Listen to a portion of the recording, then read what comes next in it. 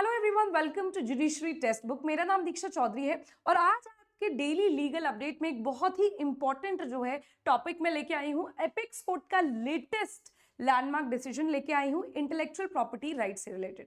तो देखिए यहाँ पे डीएलयूपी के बारे में मैं आपको बता देती हूँ। This is a initiative judiciary text book के द्वारा शुरू किया गया है, जहाँ पे आपको रोज 11 बजे है आपका यहाँ पे डेली लीगल अपडेट मिलेगा। तो ये आपके सारे ही जुडिशियल सर्विसेज के एग्जाम्स में हर लेवल पे जो है आपके लिए इंपॉर्टेंट और महत्वपूर्ण साबित होगा, चाहे प्रीलिम्स हो, मेंस हो या फिर इंटरव्यू लेवल हो। इसके अलावा बाकी भी लॉ से रिलेटेड जितने भी आपके एग्जामिनेशंस होते हैं उन सब में ये आपके लिए बहुत ही ज्यादा इंपॉर्टेंट जो है सोर्स जो है वो साबित होगा। इसके अलावा अगर ये जो भी मैं आपको बताती हूँ, पढ़ाती हूँ, ये सारा टेक्स्ट जो है आपको अपने पीडीएफ फॉर्म में अपने व्हाट्सएप पे चाहिए, मेल पे चाहिए, ये टोटली आपका चॉइस है। डेली मैनर में आपको ये पर्टिकुलर पीडीएफ्स आपके व्हाट्सएप या मेल पे आएंगे। अगर आप ऐसा चाहते हैं तो इसी वीडियो के नीचे डिस्क्रिप्शन बॉक्स दिया है, उसमें एक फॉर्म है, उस फॉर्म को फिलअप कीजिए और सारा जो है अपडेट्स आपको डेली मैनर में आपके पास आएगा। तो देखिए केस लॉ का नाम देख लेते हैं, cryo gas equipment private limited versus INOX India limited and others. Apex courts landmark ruling distinguishing copy right from industrial design. So what is the difference between copyright and what is the difference between industrial design? There was a overlap between these two things और जो कि बहुत लंबे समय से there was a lacuna या एक तरीके से बोलते हैं शून्यता थी इस मैटर पे। कहीं भी जो है ना कानून में ना किसी पर्टिकुलर कोर्ट का as such कुछ जो है यहाँ पे डिसीजन बताया गया था, लेकिन यहाँ पे टू प्रोंग्ड टेस्ट जो है इसको यहाँ पे एमर्ज किया गया सुप्रीम कोर्ट के द्वारा और इसको फर्दर एक्सप्लेन भी किया गया। So let us see what was the case all about in a significant ruling clarifying the overlap between copyright. So there was an overlap between the copyright and design law. ठीक है, the Supreme Court of India has laid a two-pronged test. So a simple question can also be asked. ये जो two-pronged test है which has been recently जो यहाँ पे recently declared by the supreme court, ये कौन से जजमेंट में है, ये जजमेंट का नाम आपसे पूछ लेगा, या it relates to which of the laws, criminal laws, civil law, intellectual property laws, which kind of laws. तो बहुत ही सिंपल क्वेश्चन भी पूछे जा सकते हैं, जरूरी नहीं है कुछ इन डेप्थ ही आपसे पूछे, बट इंपॉर्टेंट ये बन जाता है कि आपको उसके बारे में जो बेसिक बातें हैं वो पता होना चाहिए। ठीक है, तो distinguish artistic works protected under the copyright act of, यहाँ पे जो है हमारा copyright act of 1957 from industrial design govern by the design act of 2000। सो देखो देयर वाज अ ओवरलैप, जहां पे ये माना गया कि देखिए एक तरीके से आर्टिस्टिक वर्क जो होता है, आर्टिस्टिक वर्क बेसिकली किसी भी तरीके से विजुअली रिप्रेजेंट करना किसी भी चीज को, ठीक है, तो वो कॉपीराइट के अंदर प्रोटेक्टेड है या फिर डिजाइन के अंडर जो है गवर्नड है। ठीक है, दोनों ही कानूनों का जो है डिफरेंट एप्लीकेशन है और दोनों जो है अलग अलग एरियाज में अप्लाई करते हैं, वो हम अभी देखेंगे किस तरीके से दे both vary. The judgment arose from a dispute between Inox India and Cryogas Equipment. तो ये दोनों जो है इन दोनों के बीच में जो है dispute arise किया हुआ over alleged infringement of proprietary engineering drawings used in the manufacturing of cryogenic semi-tailors. So basically cryogenic semi-tailors ने एक पर्टिकुलर यहाँ पे ड्रॉइंग यूज किया जहां पे आइनॉक्स ने ये कंटेंट किया कि देखो ये जो है इंफ्रिंजमेंट कर रहा है हमारे इस पर्टिकुलर प्रोप्राइटरी इंजीनियरिंग ड्राइंग से। ठीक है, this decision is expected to have wide ranging implication for intellectual property protection in commercially applicable artistic work. ठीक है, so this is one of the most important major judgments related to IP laws. Apex court का judgment है। Let us see, supreme court was called to resolve a significant IP conflict involving. So there was a conflict, किस तरीके से conflict जो है यहाँ पे rise हुआ था आईपी लॉज में और सुप्रीम कोर्ट को क्यों यहाँ पे जो है इंटरफियर करना पड़ा या फिर सुप्रीम कोर्ट तक जो मैटर है वो किस तरीके से पहुंचा, किन क्वेश्चंस को लेके पहुंचा। Cryogenic semi trailer designs for transporting cryogenic material. So this was a basically design जो इस तरीके से क्रायोजेनिक मटेरियल्स को दर्शाता था। Literary descriptions, written explanation and description, इसका मतलब ये है इंजीनियरिंग ड्राइंग्स यानी टेक्निकल ब्लूप्रिंट्स एंड सिस्टमैटिक्स, यानी ये तीनों चीजें देखो यहाँ पे इन क्वेश्चन थी इस पर्टिकुलर केस में, चाहे वो क्रायोजेनिक डिजाइन हो, चाहे लिटरेरी डिस्क्रिप्शन हो, चाहे हमारे इंजीनियरिंग ड्राइंग्स हो। इसके अलावा शुड द मेन क्वेश्चन या main point of contention that was in this particular case कि whether the artistic work be protected under the copyright और registered as a design. So whether ये जो artistic work है वो copyright के अंदर protect होना चाहिए या डिजाइन्स के अंदर, ठीक है, दोनों अलग अलग कानून है। ये भी अभी हम इन दोनों में डिफरेंस भी देखेंगे। तो यहाँ पे देखो, अगर कॉपीराइट के अंदर जो है ये प्रोटेक्ट किया जाता है तो it offers a broader protection for artistic impression, ठीक है। तो अगर कॉपीराइट के अंदर प्रोटेक्ट किया जाता है तो it will give a broader protection, ज्यादा प्रोटेक्शन देगा किसको, आर्टिस्टिक इंप्रेशन को, लेकिन but may not cover industrial application, लेकिन इंडस्ट्रियल एप्लीकेशन जो है यहाँ पे कवर नहीं होगा। बट अगर आप डिजाइन में रजिस्टर करोगे तो स्पेसिफिक प्रोटेक्शन मिलेगा आपको फॉर इंडस्ट्रियल डिजाइन, यानी उस डिजाइन के लिए आपको स्पेसिफिक जो है प्रोटेक्शन दिया जाएगा, but may limit artistic expression, but आपके आर्टिस्टिक एक्सप्रेशन को थोड़ा लिमिट कर सकता है, कर्टेल कर सकता है। So this is the protection, जिस तरीके से ये आर्टिस्टिक वर्क को अगर कॉपीराइट में प्रोटेक्ट करोगे या फिर डिजाइन्स में तो वो किस तरीके से वेरी होगा।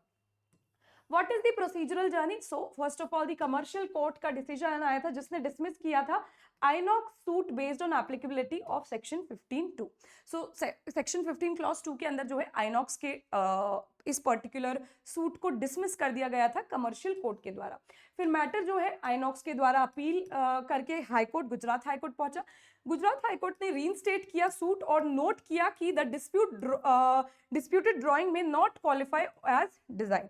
तो यहाँ पे जो है गुजरात हाई कोर्ट ने बोला कि जो आर्टिस्टिक वर्क है वो डिजाइन्स के अंदर क्वालिफाइड नहीं है। बट सुप्रीम कोर्ट में जो मैटर चला है, जो मामला हियरिंग में चला है, अपील में, heard that appeal clarifying long standing ambiguity in the IP law. तो सुप्रीम कोर्ट ने ना केवल इस मामले की सुनवाई करी, डिसीजन लिया, लेकिन लॉन्ग स्टैंडिंग एम्बिग्विटी, जो कंफ्यूजन था एक आईपी लॉ में, उसको भी क्लैरिफाई किया इस पर्टिकुलर केस में। अब समझते हैं सेक्शन 15 क्लॉज 2 के बारे में। इसका पर्पस क्या है, avoid dual protection of designs. तो डिजाइन्स का डुअल प्रोटेक्शन को एक तरीके से अवॉइड करना, ठीक है, एक ही डिजाइन को अलग अलग तरीके से, दो तरीके से या दो से ज्यादा तरीकों से प्रोटेक्शन ना मिले। Design registration status only applies if design not registered. Copyright bar prevents copyright for registrable design, and industrial reproduction limit yani applies if design reproduced over 50 times. So this is basically what 16 clause 2 says. Supreme Court's IP test, इनका जो supreme court ने IP test दिया है वो basically किन दो बातों की बात करता है, नेचर ऑफ वर्क टेस्ट और functional utility test. So functional utility test assesses if a design is primarily functional or aesthetic. तो फंक्शनल यूटिलिटी टेस्ट देखता है कि भाई उस पर्टिकुलर आर्टिस्टिक वर्क का क्या फंक्शन है, क्या यूटिलिटी है, वेदर वो उसका कोई फंक्शन है इन फैक्ट, और वो सिर्फ एक एस्थेटिक यूज के लिए बनी है, ठीक है। दूसरा, nature of work test determines if a work is artistic और डिजाइन बेस्ड, ठीक है। तो बेसिकली ये डिटरमाइन करता है कि ये जो काम है, जो वर्क है, वेदर इट इज आर्टिस्टिक और whether it is a design, ठीक है। तो नेक्स्ट देखते हैं basically what is the difference between artistic work and a design. तो आर्टिस्टिक वर्क हमको कॉपीराइट एक्ट के अंदर मिलता है, डिजाइन एक्ट के अंदर हमको डिजाइन मिलता है। जो स्कोप है आर्टिस्टिक वर्क का, उसका मतलब उसमें इंक्लूडेड होती है ड्राइंग हो, स्कल्पचर्स हो, आर्किटेक्चर हो, किसी भी तरीके के, ये सब कुछ, और इसी नेचर के और भी चीजें जो है यहाँ पे इंक्लूडेड होता है। डिजाइन जो है एक नैरोअर टर्म है, focuses on external appearance only, ठीक है। डिजाइन मतलब सिर्फ एक्सटर्नल, जो बाहरी रूप से आपको दिख रहा है, that is only covered under the designs. लेकिन देखो आर्टिस्टिक वर्क थोड़ा ब्रॉडर टर्म है, ठीक है। पर्पस क्या होता है आर्टिस्टिक वर्क का, प्राइमरली एस्थेटिक एंड एक्सप्रेसिव, ठीक है, यानी सुंदर बनाना किसी चीज को या किसी चीज को एक्सप्रेस करना। वही डिजाइन फंक्शनल या कमर्शियल रिप्रोडक्शन के लिए जो है इनका पर्पस होता है। Protection automatically granted on creation, artistic work का प्रोटेक्शन ऑटोमेटिकली मिल जाता है जैसे ही वो क्रिएट हो जाते हैं, और डिजाइन का जो प्रोटेक्शन है वो फंक्शनल और कमर्शियल रिप्रोडक्शन पे मिलता है। इसके अलावा लॉस ऑफ प्रोटेक्शन, किस तरीके से लूज हो जाता है आपका protection of artistic work, not easily lost, artistic work is not easily lost, but a design may be lost if it is unregistered, no protection after 50+ reproductions। 50+ आपने reproductions कर ली हैं, it is not registered, then you lose that particular protection.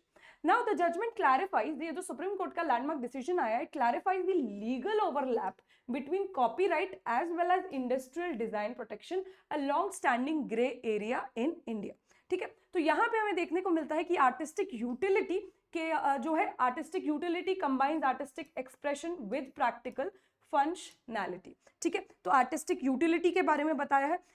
दूसरी बात industrial design के बारे में बताया, focuses on functional utility over artistic aesthetic. यानी ये जो पर्टिकुलर इंडस्ट्रियल डिजाइन है, दे मोर और less only and only focuses on the functional aspect. ठीक है, but they artistic utility functionals और basically give more significance to the artistic and or the practical functionality. But third, let's see what is third. Purely artistic work means purely artistic work emphasizing aesthetic appeal without functional utility.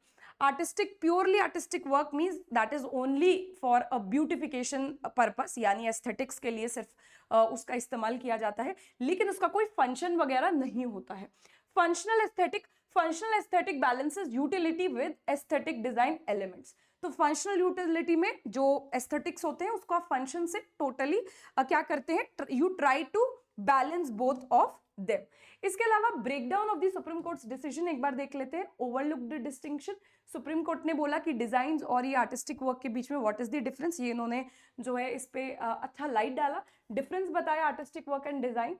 ठीक है, miss application of legal principles, किस तरीके से legal principal जो है apply होने चाहिए, और अगर देखो सही डिस्टिंक्शन नहीं हुआ है तो किस तरीके से गलत लॉ जो है, गलत कानून जो है वो अप्लाई हो सकता है। इनकरेक्ट अजम्पशंस आ सकती हैं।